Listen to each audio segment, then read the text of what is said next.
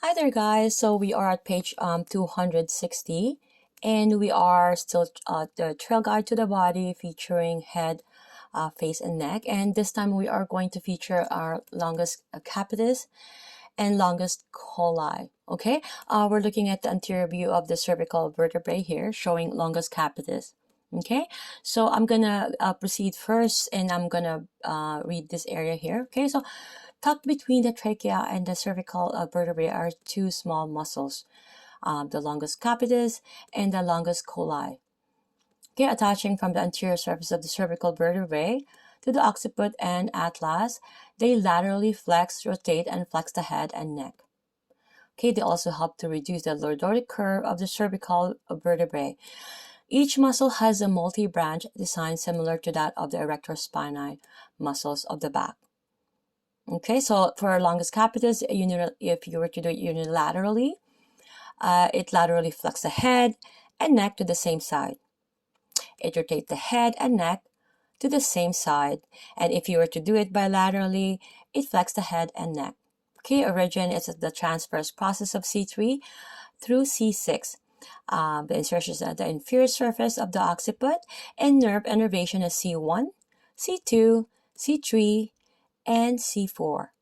Okay, guys, this is the image here for the longest coli. Okay, so this is very interesting because someone who had whiplash, usually this is the culprit for any of hypertone muscle will be this.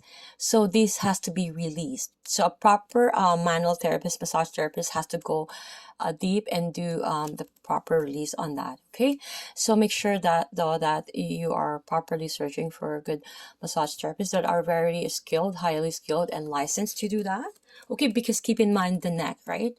And it's really different if it's a therapy versus like just a relaxation massage, because therapy it's more so it's fixing muscle imbalance. So when somebody who get into a whiplash or any sort of whatever for some reason, I'm not going to get into that. I did a video with regards to that. Please watch it, I think months back. But this is the culprit. Okay, so if you were to do it unilaterally, you were to lateral flex the head and neck to the same side. You're going to rotate the head and neck to the same side. And if you were to do it bilaterally, you're going to flex the head and neck. Okay, so the origin is at the bodies of C5 through T3, and the transverse processes of C3 through C5. Okay, and the insertion is at the tubercle on anterior arch of the atlas, bodies of the axis C3 and C4, and transverse processes of C5 and C6, nerve innervation C2 to 6, and of course C7. Okay, so there are two groups of muscles that coordinate the tongue. Okay, so the glossos muscle and the intrinsic muscles.